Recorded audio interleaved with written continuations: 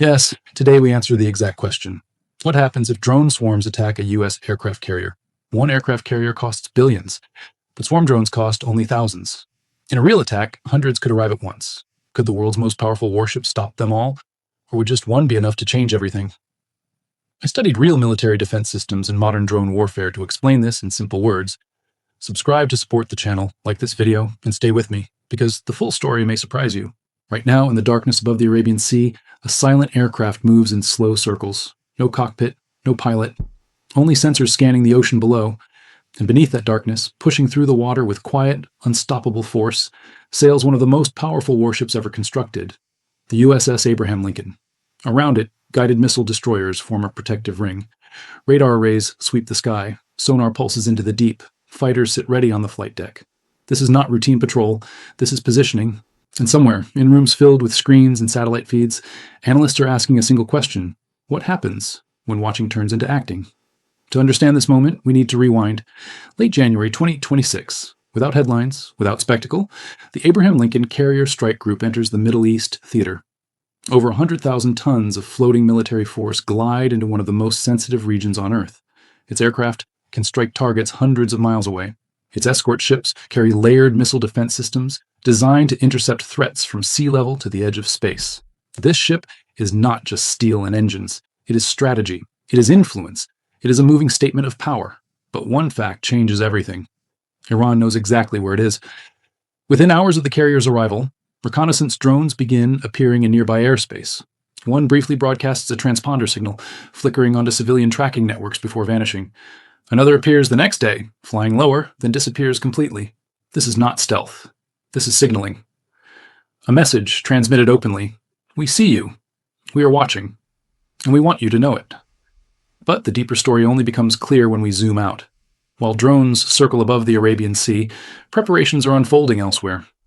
In the northern Indian Ocean, naval forces from Iran, China, and Russia prepare for joint exercises scheduled for late February 2026. On paper, these drills focus on maritime security, anti-piracy, and rescue coordination. Standard language, routine purpose. But timing in geopolitics is rarely random. All three nations share one strategic reality. Each seeks in different ways to counterbalance American global influence, and each is observing closely as tensions between Washington and Tehran slowly rise. On the surface, cooperation. Beneath, alignment. Iranian naval vessels, including units linked to asymmetric warfare doctrine, prepare to operate alongside Chinese destroyers already present in regional waters and Russian warships deployed far from their home fleets. These are not symbolic patrol boats. They are missile-equipped combat ships with electronic warfare systems, long-range sensors, and drone capabilities.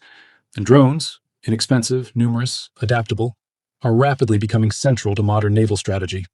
But weeks earlier, another event revealed how sensitive this geopolitical environment has become. In January, multinational naval drills off the southern coast of Africa were expected to include Iran.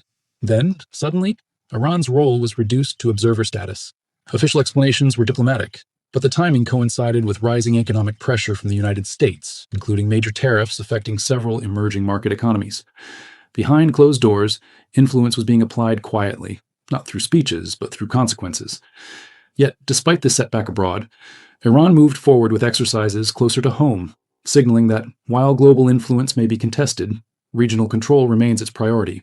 And nowhere is that signal stronger than near the Strait of Hormuz, one of the most strategically vital waterways on Earth. Anchored nearby sits a vessel that represents a shift in doctrine rather than just hardware, the Shahed Bagheri. Some call it a drone carrier, others describe it as a helicopter platform.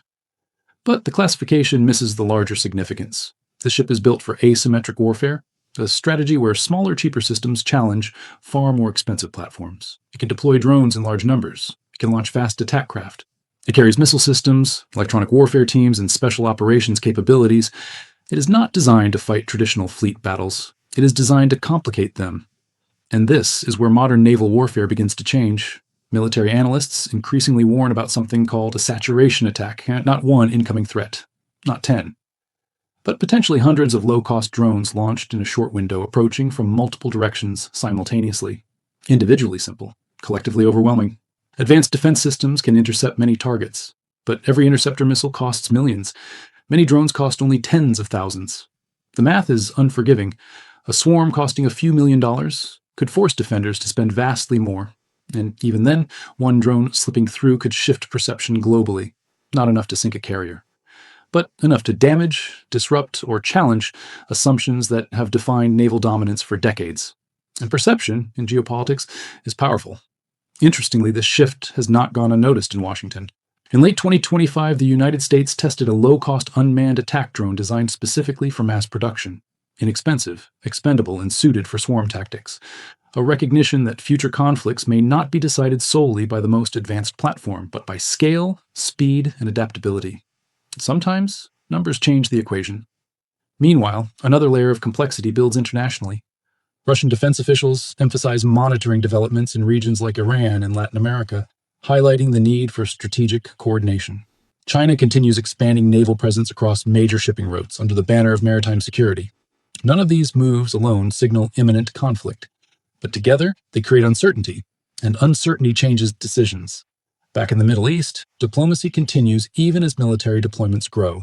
Public rhetoric remains firm, yet private communications suggest attempts to avoid escalation.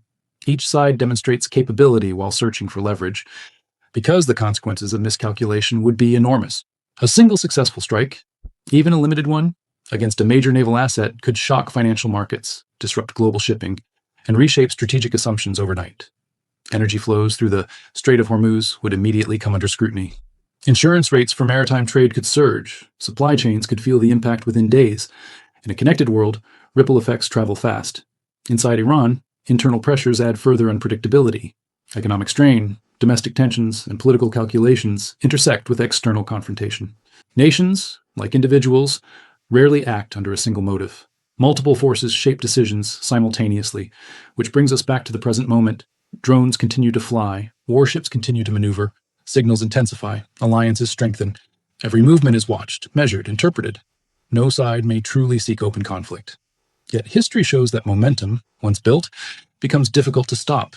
Modern warfare is no longer defined solely by massive fleets and expensive weapons. It is shaped by information, economics, asymmetry, and perception. A world once dominated by overwhelming force is shifting toward complex balance, and somewhere above dark water a drone still circles, watching, waiting, recording. The real question is not whether tensions exist, but how far they can stretch before something breaks. Because when observation ends and action begins, decisions will be made in seconds, and their consequences may last for decades. And that is what keeps analysts awake tonight. Not certainty of war, but the danger of miscalculation in a world where too many pieces are already moving.